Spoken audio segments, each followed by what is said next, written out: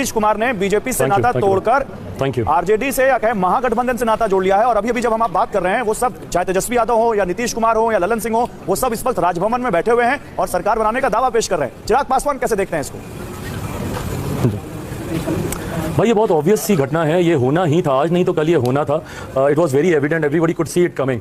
और मैंने पिछले बिहार विधानसभा के चुनाव 2020 में जब हुए थे, उन चुनाव परिणामों के ठीक अगले दिन 10 नवंबर को परिणाम आए थे। अगर आप मेरा 11 नवंबर का अगर आप मेरी प्रेस वार्ता निकालेंगे, उस दिन मैंने उस प्रेस वार्ता में स्पष्ट तौर से ये कहा था कि बहुत जल्दी मुख्यमंत्री जी एनडीए गठबंधन छोड़कर वापस महागठबंधन में जाएंगे, क्योंकि इनकी प्रधानमंत्री बनने की महत्वाकांक्षाएं रह रहकर उबाल लेती हैं और ये जानते हैं कि एनडीए में वो वैकेंसी नहीं है कि ये प्रधानमंत्री पद की दावेदारी कर सकें। तो ये महागठबंधन या यूपीए या विपक्ष के साथियों के साथ मिलकर ये अपने आप को 2024 के जनरल इलेक्शंस के लिए प्रधानमंत्री पद के दावेदार के तौर पर यह प्रस्तुत करना चाहेंगे, और उसी दिशा में यह उठाया हुआ यह कदम है आज का। जी अच्छा, चिराग पासवान जी, आपको क्या यही लग रहा है कि यूपीए में खुद को प्रधानमंत्री के तौर पर दावेदारी पेश करने के लिए सब कुछ हुआ है, या फिर कुछ और है ये? क्योंकि नीतीश कुमार तो अपमानित करने का, धोखा देने का आरोप लगा रहे हैं बीजेपी पर।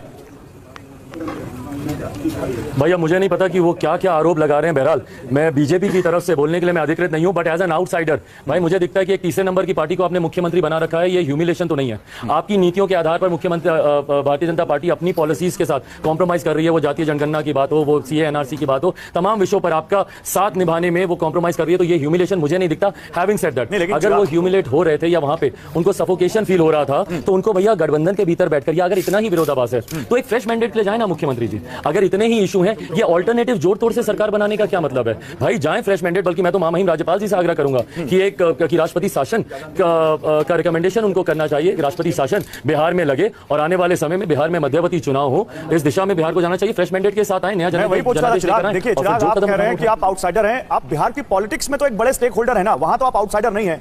आपको 6% के आसपास वोट मिले हैं, लाखों लोगों ने आपको वोट दिया आपकी पार्टी को, भले चलिए सीट नहीं आई। मैं ये जानना चाहता हूं कि बिहार की पॉलिटिक्स में ऐसा क्या हो जाता है कि हर 5 साल पर नीतीश कुमार ऐसा कुछ करते हैं जहां वो चुनाव किसी और के साथ लड़ते हैं और फिर सरकार किसी और के साथ बना लेते हैं नीतीश कुमार को, और वो भी बड़ा दिलचस्प है सावन के महीने में। बिल्कुल, ऐसा क्यों हो जाता है? बिल्कुल भाई, और ये दो बार जनादेश का अपमान हुआ है। 2015 में अगर आप देखेंगे महागठबंधन के लिए जनादेश था, एनडीए के साथ इन्होंने सरकार चलाई। 2020 में एनडीए के लिए जनादेश था, अब ये महागठबंधन के साथ मिलकर सरकार चला रहे हैं। भैया अगर इतना ही विरोधाभास है, और इन विरोधाभासों में आपकी आइडियोलॉजी कहां है? आज मुख्यमंत्री की क्रेडिबिलिटी पे कोई कैसे विश्वास रखे जब आप खुद अपने शब्दों पर नहीं टिकते? यही मुख्यमंत्री जंगल राज का विकल्प बनकर आए थे और राजद के साथ मिलकर सरकार बना ली।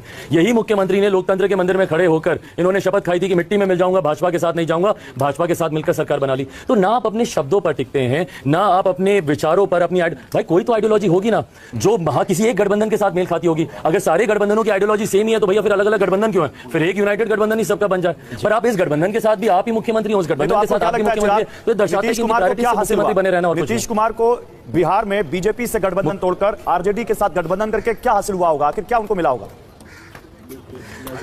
अपनी बड़ी महत्वाकांक्षाओं की दिशा में कदम उठाना। 2024 में इनको पता है भैया यहाँ पे